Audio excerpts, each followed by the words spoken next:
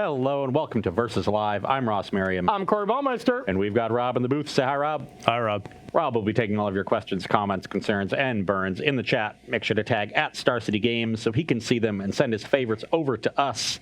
Today is a special day on Versus Live. It's not special. It has been dubbed the best of one bonanza, this time with fewer Cartwrights, I guess.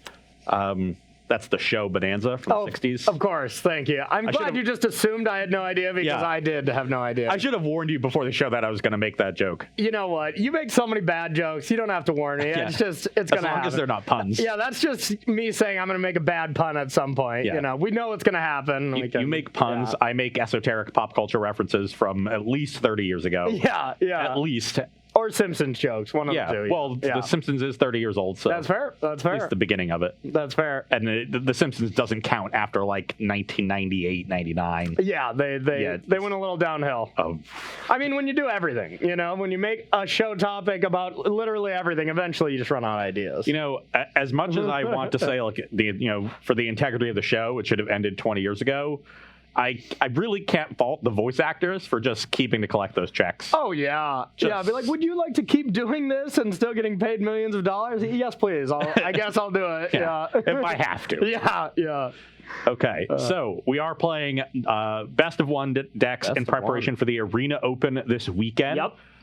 So the day one of that tournament this Saturday is going to be best of one standard. Yeah. Not a format we've really seen played at a high level in quite a while. Yeah, I mean, the Mythic Invitational, when Andrea Mangucci took it down, was like the first real tournament that we saw best of one. But now this Arena Open, for people who don't know about this, you can check it out online, Google Arena Open, I'm sure you'll find it. Day one is going to be, you have to either go 7-2, you can have 2 losses, so 7-2 will qualify you. The third loss, you're eliminated from the qualifier. You can keep replaying it for 20,000 gems, I believe, so it's like $20 or something. And if you qualify for day 2, it's a little bit tougher of a tournament, but I believe it's like 9 rounds, where if you go 9-1, you just win $2,000. You just win $2,000 cash. They send to your PayPal. You know, $1,000 if you go 8-1, and then gems throughout the rest of the prize payout. But this is the first opportunity that Arena is giving out actual cold hard cash, which is huge. Yeah, definitely unprecedented. So it's going to be a big event. Yep. We want to, help prepare viewers for it. Yes. Show you what's been going on in standard. We haven't really touched it since the first week or so. Yeah, not really. Now that we got the real cards, we haven't played it too much. Yeah. Yeah, and best of one historically has been a more aggressive format. You can't really prepare for everything. You can't bring in your great sideboard cards, so you really just want to be proactive and get people dead. And so we've got 6 decks here, some of them aggressive, some a little bit less so, showing off a lot of what's going on in the format. And we're actually just going to sort of round robin it. We're going to play all 9 matchups. Corey's got 3 decks, I have 3 decks, so there's 9 pairs of matchups there. Yep. And we're going to bring you 9 games and see how that goes. The format for today is going to be, Corey's got his decks in a sort of ABC order. I have mine in an ABC order. Corey's going to play his A deck against my ABC. Yep. Then Corey's B deck against my ABC. C deck against ABC. Yeah, so we're and we really tried to get decks that, kind of hit all the spectrums. Really excuse me, I can't talk. The really aggressive ones, maybe just the most powerful decks like Jeskai Luka, all kinds of things. And we want to just see how they pair up against basically everything and give us a good picture of what would be a good choice for the best of one portion of the tournament. When it comes best of 3, just play Luka. It's broken. Just play that deck. But that's what they say. That's what they say. We're going to find it out today, but what do you say? Should we get started? Yeah, let's do it. All right. We're starting with 2 of the more aggressive decks. Yes. I'm going to be on Boros Cycling, a deck that was pretty hype, maybe 3 weeks ago or so. Yeah. When they kind of came together and people figured out, actually, these synergies are really powerful, and especially the card Zenith Flare. I played a cycling deck actually during preview season. Yep. And I remember after that match that we played, I thought Zenith Flare is the real payoff here. Yeah. And really, the big issue with my list was I was trying to play all cards I could potentially cast. Yeah. So I had some cards way too many cards I was cycling for 2 mana. Yeah. And I figured out that all you want is like the good cards, and then cards that cycle for 1. Exactly. I don't care what they are. You're never casting them. You're cycling them anyway. Yeah. So there's some blue and black cards in here, and that's just to get you up to enough cards that cycle for 1 mana, so that you can be as lean as possible, tear through your deck, find those payoffs, namely Zenith Flare, and finish your opponent off of those. But also, Flourishing Fox on turn 1 is a huge deal. Your 2-drops are all pretty good. Drain of Healer, Drain of Stinger, and the Recruiter. Recruiter. So, you just curve out with those 1 and 2 drops, and then you cycle for the next 2 or 3 turns, fill your graveyard, and then you Zenith Flare them out. Exactly. Maybe play a Lurrus on turn 5 and bring something back, stuff like that. It's a very good deck. It's very powerful in what it's doing, but it's very one-dimensional. So now that Standard has progressed to a point where people have just figured out how to beat it, it's pretty easy to beat it, in best of 3, of course, when you have sideboard cards to bring in for it. Cards like Glass Casket are excellent against it. Not only do they kill the cycler, but they don't up that count. For the Zenith or Flare. let you Lurrus it back if it's a Flourishing Fox, something like that. So. Exactly. So, it's a very powerful deck. Does its thing. I'm going to be playing kind of the newest deck here that top-aided the Channel Fireball event and has gained a lot of traction since then. It is Mardu Knights, playing 1 with nothing. No, not 1 with nothing. You don't want to play that one. Fight with 1, 1 with nothing does that artifact. You just tap all of 1 color and you win or something. No. 1 with nothing is the 1 black instant you discard your hand. Oh, yeah. Great card. Might not be an instant. Might be a sorcery, but it's 1 black. You discard your Regardless, it's bad. Yeah. But just a beatdown deck. A Mardu, we've tried to play Knights deck a lot, especially during preview seasons for this set and even last one. And we just never really got it going, But this version is extremely aggressive. You're getting rid of the 3-mana Knights that we tried to play, like Recruiter. I think we were the 3-mana acclaimed contender. Yeah. My job to know the cards. You think I'd get this down. But they all sound the same now. And they're so long. We know you well enough by now, Corey. Okay, thank you. You know, if you play Magic for 20 years, 15, 20 years, all the cards just sound the same now. And they all look the same. Have you looked at any single Is It Dual Land? I can't tell any of them apart. No, They're all exactly the same. Oh, yeah. I play a Temple of Epiphany into Sulphur Falls all the time. And I'm like, no! I thought that was a Spirebluff Canal and a Steam Bench. They all look exactly the same. Yeah. It's really frustrating. Rabble, Old Man Ross. Okay, shall we get to it? Hold on.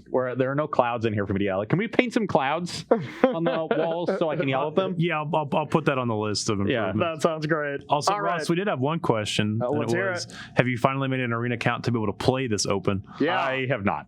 Are you going to? No. All right, come on. It's going to be fun. I'm going to be playing it, and I'm going to be streaming it. Shameless plug. My plan is to play some sort of tournament on Saturday. Haven't decided, but then play the Lotus Box event on Sunday and just jam some Legacy. I'm going to play Ad Nauseam Tendrils, having not played a game of the deck in probably a year and a half. Hey, smart. That should probably go well for you. Yeah, I'm going to win the tournament. Oh, yeah, of course. All right. Well, I am going to keep. It's not insane, but heavy land hands get to be a lot better when you have Lurrus. So, this seems fine to me. If I draw lands, this hand could be quite good. I bet you have a cycler, though. I do have a cycler. I think I'm supposed to keep this. Okay. Because it's so powerful if it gets paid off, and I have cycling to dig for that land. All right. Tournament grounds and the beatdowns. I'm at 19. Your go. We're going to be beating you down a lot here. Of course, Corey on the play here because I do have the marbles right now. Yeah, it's about time you got those things back. Oh, that's a good draw. Flourishing Fox, not a bad draw. Now I really need to draw a land.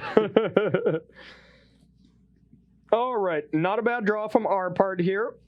I think we just want to be mana efficient, though, and just get down this Inspiring Veteran and give you for 2. I'm at 17. Your go. Best of 1 battles. And yeah, one thing to mention, Best of 1 does have the hand smoothing algorithm. We can't do that in paper, but that is a factor for your decks because you do get the choice of 2 different cards. Are you psychic, Corey? Yeah. You literally said that at the exact same moment Asteas asked that question. Really? I am absolutely psychic. You're right. I drew the land, so I get to play my Rescuer here. And hopefully Corey's turn is not insane. Oh, it's gonna be insane. It's gonna be insane as attack. For 5? Yep, for 5. I'm at 12. All right, and We're just going to take 2 and get Luris into play. Okay, I'm happy about that. You're at 18. Your turn.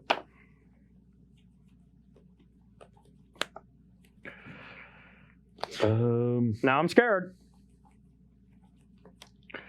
Well, I'll cycle a memory leak, get a token and a counter. Okay.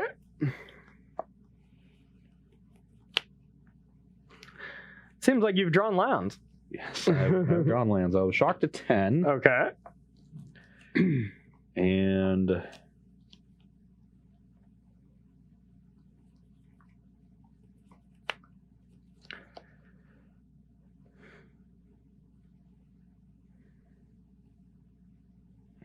my okay trading Luris for Valiant Rescuer. You're just going to take this 3 if I attack. That'd be valiant of you. Just going to pass. All right. We're going to untap. Well, our top of our deck has not been great to us, but we're going to take 2. You're at 16. We still got a pretty good turn here. Fervent Champion and Unbreakable Formation. Give you the beatdowns. We got some dice coming. I'm going to attack with all. And what do I want to do? I got 2 Fervent Pumps. I think I just want to spread them out. These are all 3 3s. First striker, indestructible, doesn't really matter. So yeah, sure. We'll just target these. Okay, so these are 4 3s. Yep. 4 3 3 3. 3 3. Yep. Okay, 4 blocks. Cycle here. Okay. Get a token. Get a counter. Yep. Cycle this. Get a counter. Okay. So now the Flourishing Fox can block the Veteran. Yep. And there's nothing I could really do to get around that. These can jump here, and I'll take 4. Okay, you go to I'll go to 6, 6, you and go I to go to 20. 20. Yep. And pass to you. All right, putting the pressure on. The Knights deck really did gain. It didn't really gain much, but this version is just so aggressive and so clean. And it's really fight with one, I think, is like the card that pushed this deck over the edge. That card is just insane. You have so many Knights, then you also have quite a few non-Knights, so that both modes comes up a ton here. Okay, well, gonna kind of hope Corey's a little light at this point, so I'll go to 4. Okay. And I'll Zenith Flare the Luris. Because we might as well get that one out first. Okay. I gain 3, go to 7. Okay. And I'll pass the turn. All right.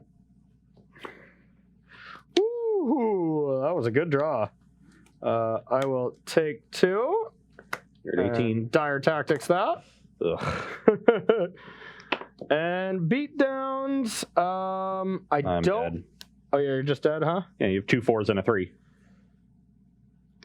Almost no matter how you do it. Oh, yeah. Yeah. As long as you don't target the same thing with both Fervent Champions. Yeah, I'm going to pump these because this is your only good block. Yeah, I just had 2 lands to start the turn, so huge draw stuff. Yeah, if I get down tap with this hand, I think I steal the game. You'd be going for blood, yeah, absolutely. So, came down to 1 good top deck, and you got it. And I got it. All right. Knights, take it down here. Next challenger. Your next best of 1 deck, please. So we're 1 good draw on my side, too. I turn 1 Fox, turn 2 Rescuer, turn 3 Triple Cycle, turn 4 Zenith Flare. Yep. That's what you want to be doing. I mean, that really is a great draw. And if you were on the play, you win that game. Probably. I mean, all right. So now Ross is going to switch it up. He's going to bring his deck 2. What do you got for deck 2, Mr. Merriam? Deck 2 is going to be another recent standout deck in Standard right now, and that is Jund Food. Okay. But a little bit different than it used to be built. It's sort of like a hybrid, like Jund Food Rakdos Sacrifice deck. Yeah. And it really, instead of the top end being Corvald, it uses Bolos' Citadel, and apparently just kills people immediately. Yep. It's so, I mean, when you play Bolos' Citadel, you usually have either like a Woe Strider out, or maybe like 1 goose and a food, something like that, where you can manipulate the top of your deck when you hit your second land.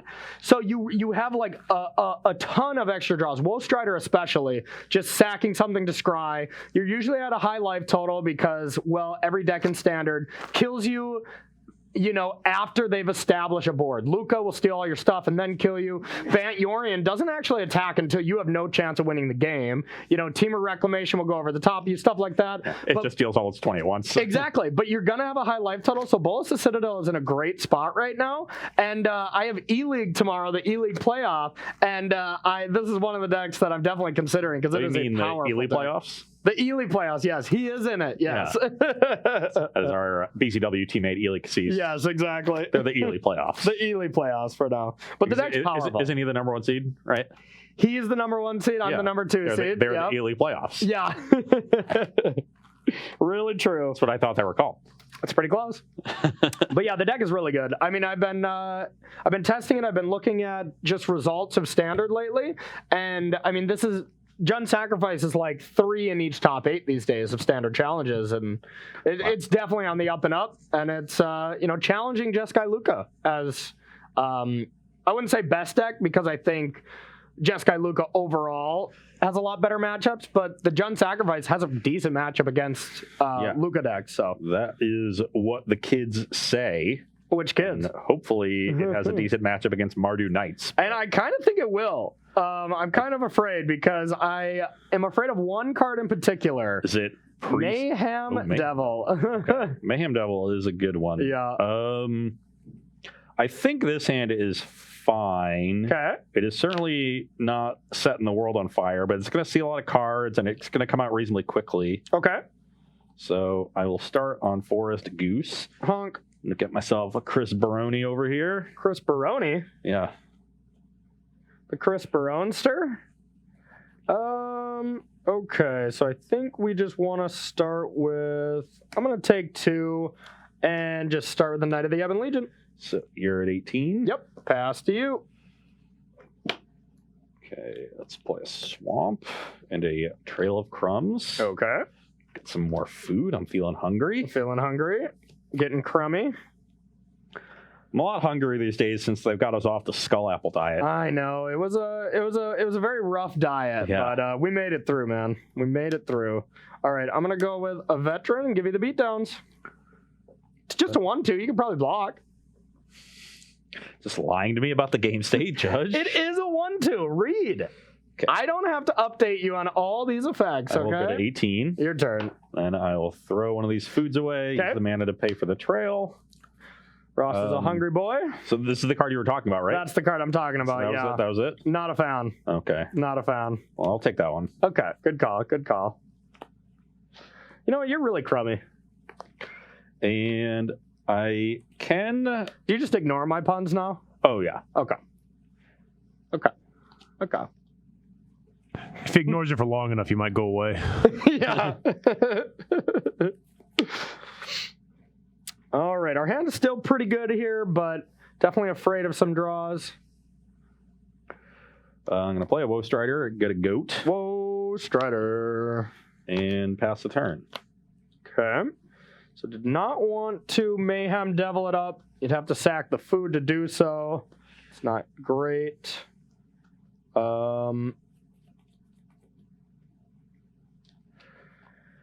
All right, let's go with... I really do love this deck, I have to say, though. It's just really fun. I'm going to go with Fervent Champion. And we're going to bring the beatdowns, and I'm going to pump Knight.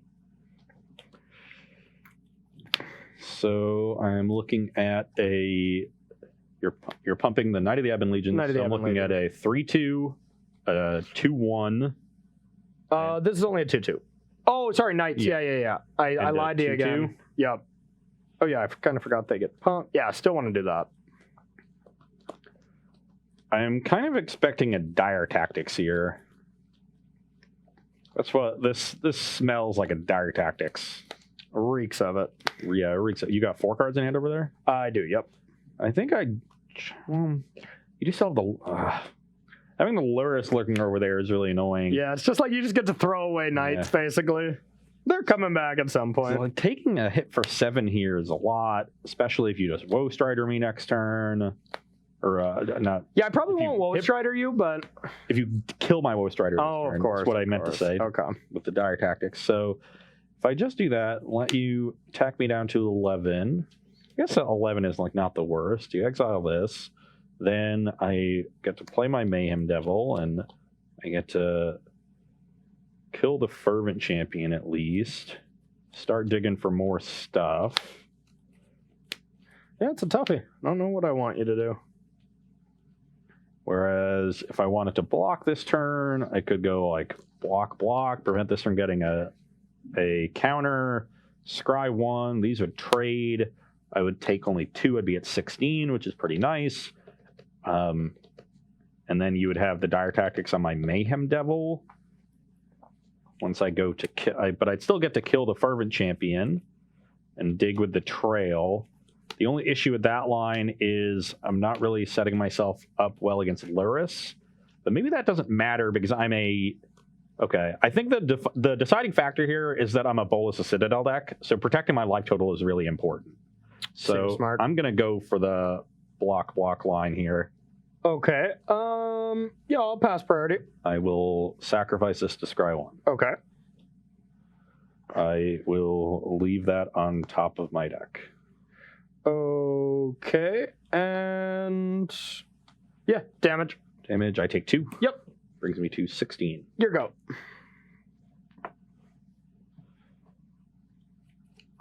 I will play a mountain, play a Gilded Goose, get another food, Okay.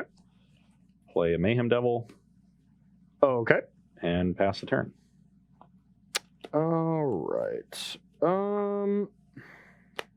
So you get to sack 1 food here, kill something, which is annoying, of course. And there's not too much I can do about it. I guess if I didn't put Inspiring Veteran in the way, then maybe there was a little bit more I could do about this, so maybe that was a mistake. But with Luris, it does come back. All right. End step, we're just going to hit Mayhem Devil here with Dire Tactics. Okay, I will respond by making a mana with the Goose, pinging the Fervent Champion, Okay. using the mana to pay for Trail. Yep. And then since I do not control a human, I'll lose 3 life to kill this. Let's get a Fabled Passage, put the Stomping Ground on the bottom. This gets exiled, you lose 3, you're at 15. 15, yep. So you got 15 to 16. You can go. Untap.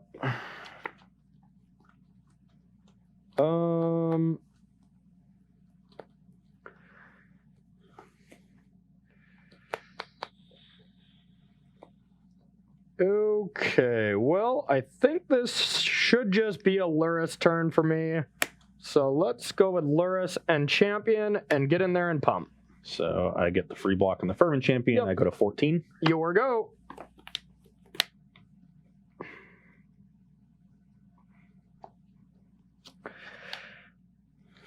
Okay, I think we're just doing our thing here. So pop Fable Passage. Okay. Don't need a 3rd black mana. We got that with the Goose, so I think we might as well just get a Forest. Is it Citadel o'clock? Yep, we found the Alright. Citadel, and we're playing it at a reasonably healthy life total. Yep. The only problem you have here is you have no protection from the double brick on land. So if you just have a land on top, you unfortunately do nothing. But yeah, it's still nice because if you untap, which I mean you probably will, you're going to be set pretty good. I was set up to maybe do other things this turn. You had a draw step and a trail trigger, but we found 3 lands, so. Yep. All right. So you have 1 choice. Well, let's see how lucky you are with Boros' Citadel. I'm sure I'm just dead. Please. Clearly you don't know who I am. Yeah. All right. Citadel is resolved. Okay, that's pretty good. So I'll pay 2 life. I'll get a food. That's really good. So I'm at 12. Yep. Now you do have a little bit of manipulation. I'm at 10. Okay. I'm at 8. Okay.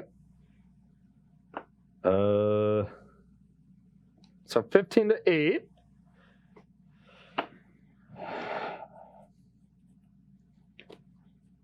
This is...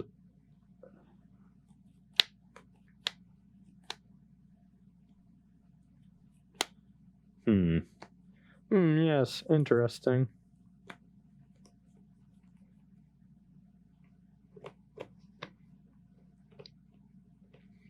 I guess this is just going to gain me some life, so I might as well just claim the Luris, go to 7. I can't sacrifice it, but unless I had a Woe Strider, which would be awesome. Or an oven or something, yeah. Or an oven. So, So you're at 7, yep. Go to 5. Okay. I'll go to 4. No! I'll go to 1. Okay. Get a goat. Okay.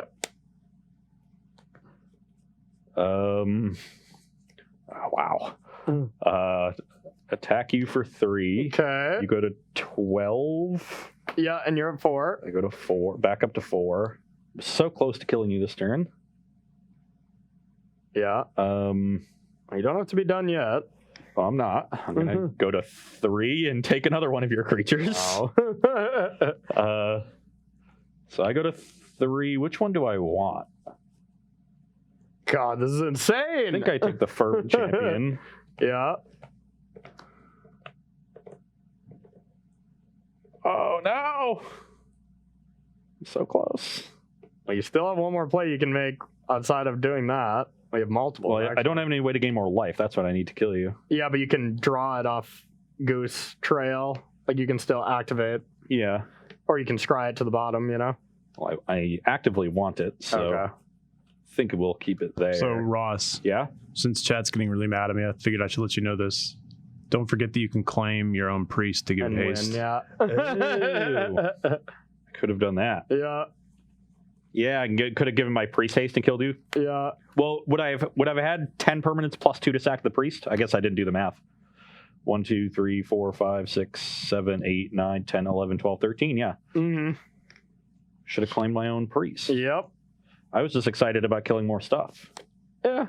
I mean, you're still definitely going to win this game. Yes, I'm in a commanding position, so I don't think there's any point in me doing more. Okay. Because this card on top wins the game. Okay. So I think I should just sacrifice this, get another food, Okay. and then. But if it wins the game and it's a permanent card, is it a permanent? It's a Mayhem Devil, but I'm at 3. Yeah. But you can activate Goose, Yeah. sack of food, put Mayhem Devil into your hand, and then you get to respin. You know, then you get to look at the top again. So right now, if you, Okay. So and then I win if I hit a Cauldron Familiar. yeah, or claim. I mean, there's a lot of wins. Yeah, or another claim. Okay. So both those geese are tapped then. One to cast the Citadel, and now you just sacked. So now you activate Crumbs. So we sacrifice this for mana, Yep. trigger the trail. And I guess I would have made black because I have more Cauldron Familiars than I have. Well, you have to use the mana for the Crumbs, Oh, so yeah, you don't get mana. so I don't- It doesn't matter what you add, yeah. Well, that's awkward. I guess we'll take the Mayhem Devil regardless. Okay.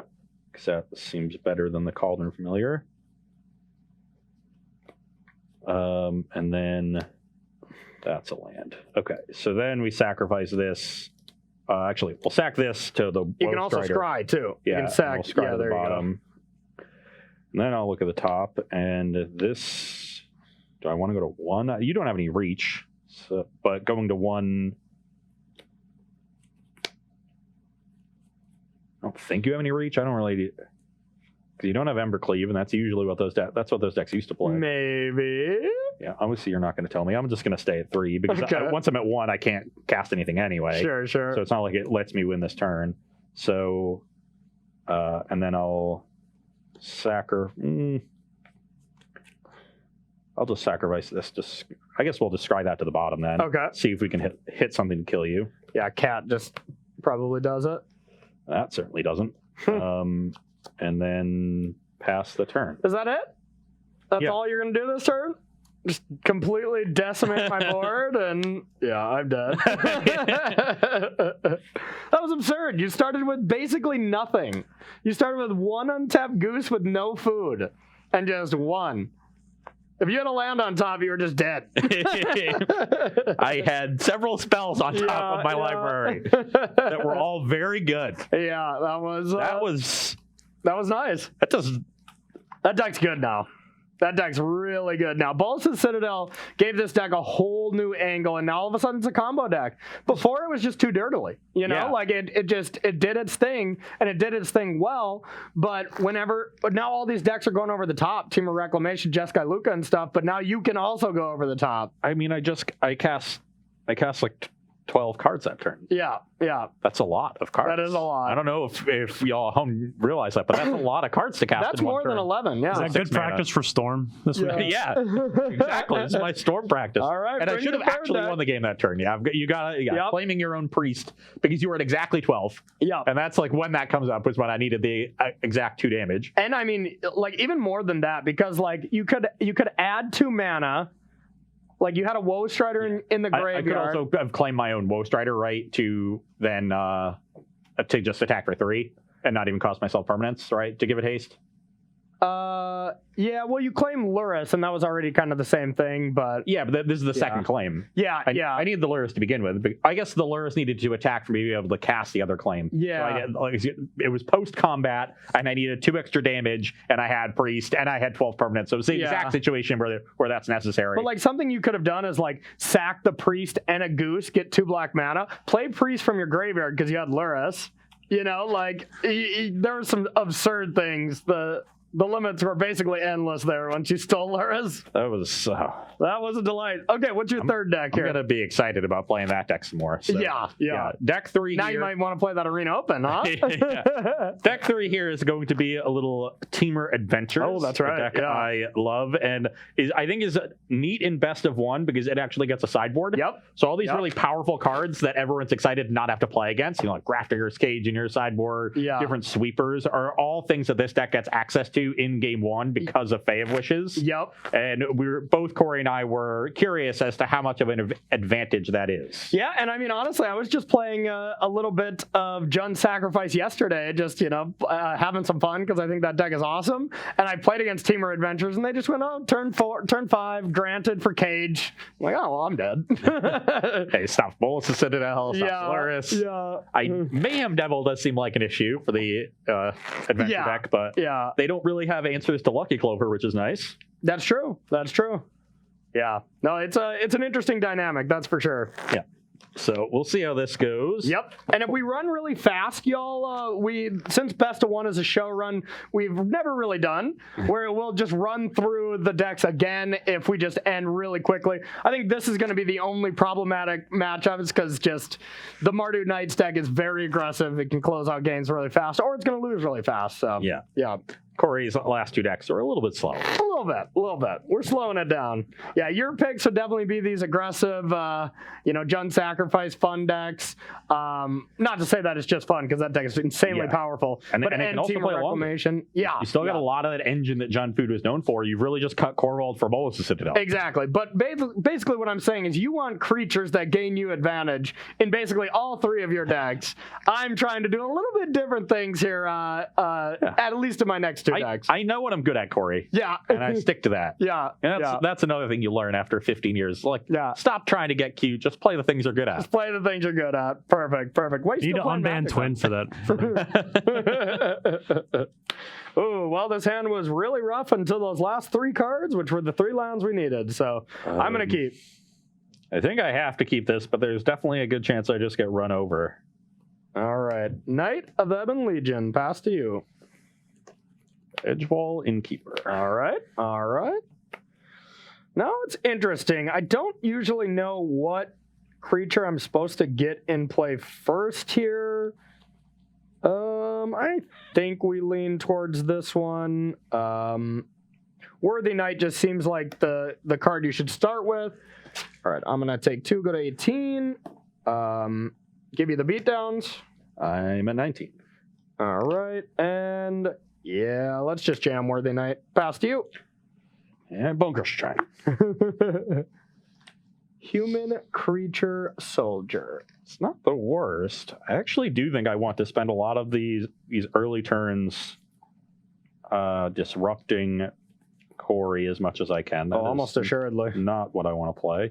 Let's Shock for Steam Vents, go to 17. Okay. And Petty Theft the Worthy Knight. Okay. And then attack for 1. All right. Yeah, it's not blocking. Might as well get it in there. I'm at 17. You're up. I just threw my life pad. Threw that out of there. It's kinda... All right. I'm going to go to 15 and probably just want to replay the same thing here. It's not great. Yeah, it's definitely not great. Yeah, we're still just going to play Worthy Knight and give you the beatdowns. I'm at 16. Your turn.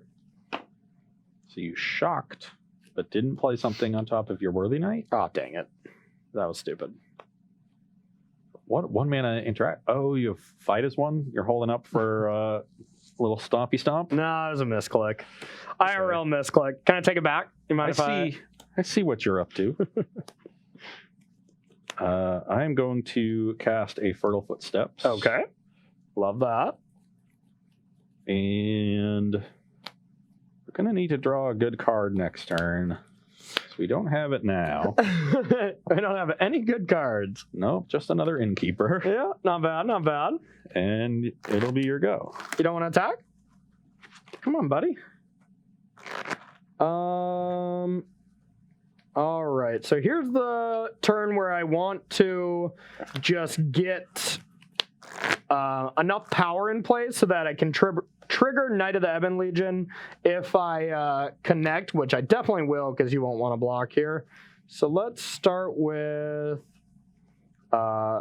Inspired Veteran. Get a Shaheen. Beatdowns. So this is an attack for 5. Yep.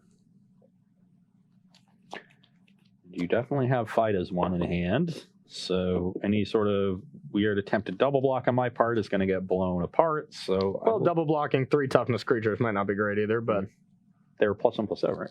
no, Oh. +1/+1. For some reason I thought that card was +1/+0. No, it's Fervent Champion is the +1/+0. So yeah. Okay, so Sorry, I was hiding it there on you, trying to get you.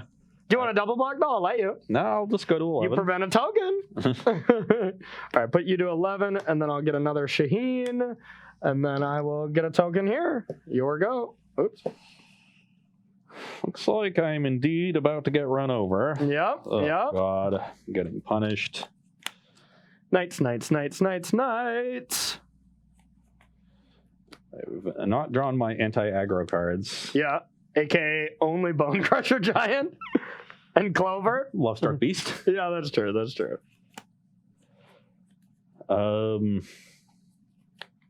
Good thing I've drawn my aggro cards, because that's the only thing that's in my deck. Okay, scry. How's your sideboard helping you out with this? Yeah. I kept 4 lands, 2 Innkeepers, those and a daggers, Beanstalk Corey. Giant. Yeah. I gotta do it while I can. I just got obliterated last game so badly. I need to even it out. You can go. Okay, untap.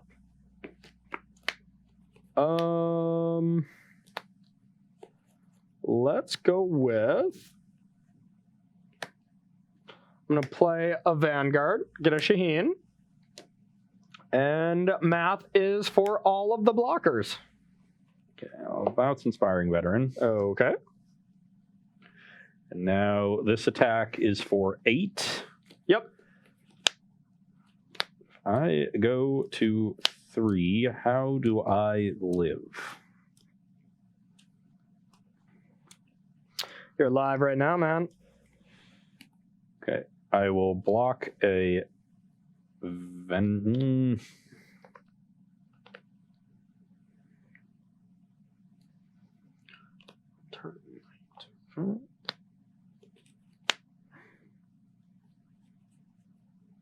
even want to block Venerable Knight. Ugh. Gonna go to 3. Block here brings me to 5. Then just dead. Yeah, you in Just trouble. Dead. You in trouble. I won't try to sugarcoat it for you. You are dead. Yeah, I'll block Venerable Knight. All right, pump these 2. Okay, so I take 2, 4, 6, 7. 3, 4, 5, 6, 7. Yep. Take 7. 4. Go to 4. Everything lives. Get a counter and pass to you. Knights. Hey, you can cycle. All right, Cycle, Lucky Clover, Tablet Breeding Pool.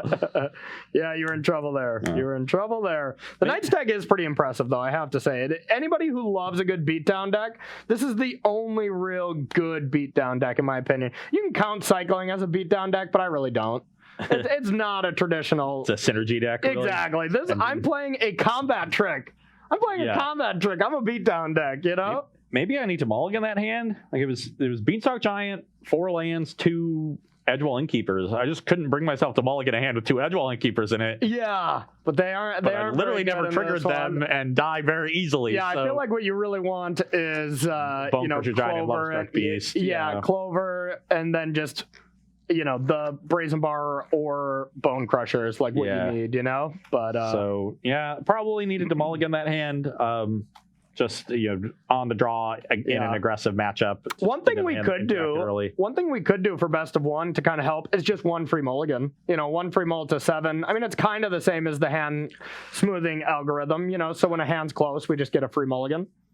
Yeah, maybe. Yeah, it's not bad. So now the question is, what would you like to do, Ross? That we were a little ahead of time. The other games might take a while, so let's continue. And then we can always come back to later on. That might be a little wrong for editing, but you know what? We like making Rob's life or job a little harder here. And we can take a couple questions. Yes, if you got them, Rob. Yeah, I've got 2 right now. So Apex the Prodigy wants to know in best of one.